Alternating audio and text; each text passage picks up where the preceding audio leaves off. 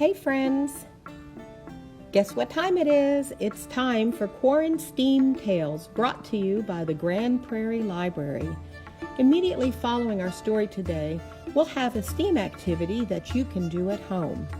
Today's story is titled The Elves and the Shoemaker, and this is a German tale written by the Brothers Grimm. So, let's begin. Long, long ago, there lived a shoemaker who worked very, very hard making shoes.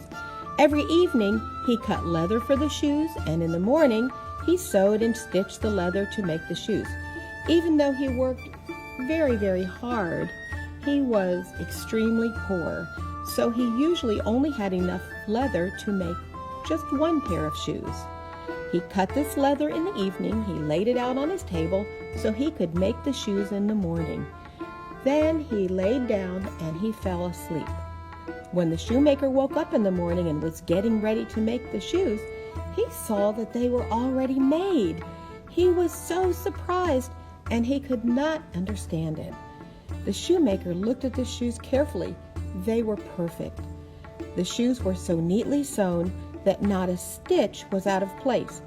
Soon after, a customer came into his store, and he was so happy with the shoes that he paid extra money for them.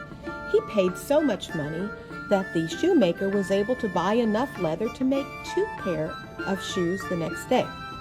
The shoemaker cut out the leather that evening and he laid it on his table so that in the morning he could make his shoes. Then he lay down and went to sleep. When he woke up in the morning and was getting ready to make the shoes, he saw that they were already made again. When the customers came, they were so happy with the shoes that they paid extra money for them. They gave the shoemaker enough money that he could buy enough leather to make 4 pairs of shoes. Again, the next morning when the shoemaker awoke, he found 4 pairs of beautiful shoes. This happened over and over again. Every evening the shoemaker cut the leather, and every morning he found that the shoes were already made. People came from all over and paid lots of money to buy his beautiful shoes. One evening, not long before Christmas, the shoemaker said to his wife, "Let's stay up tonight and see who is making the shoes for us while we are sleeping." So his wife lit a candle. They hid in a corner of the room behind some clothes that were hanging there.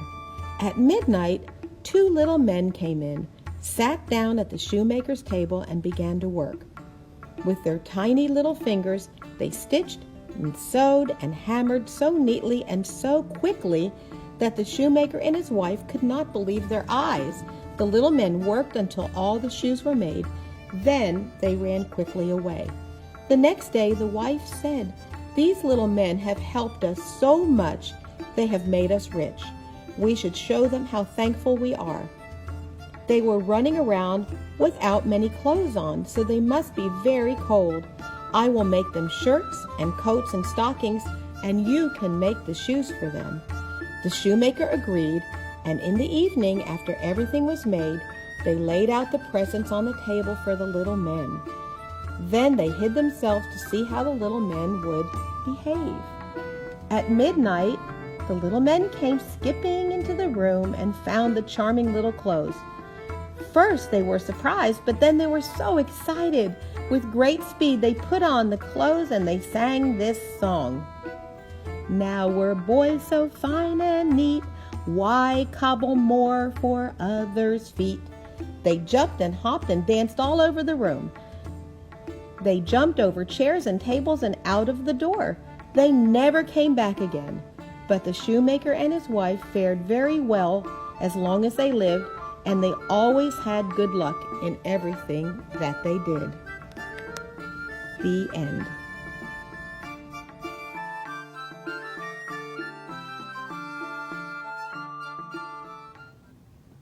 Hi everyone, my name's Camille. Hi, I'm Isella. And today we have another QuaranSTEAM challenge for y'all, and this one of course has to do with the story of the elves and the cobbler.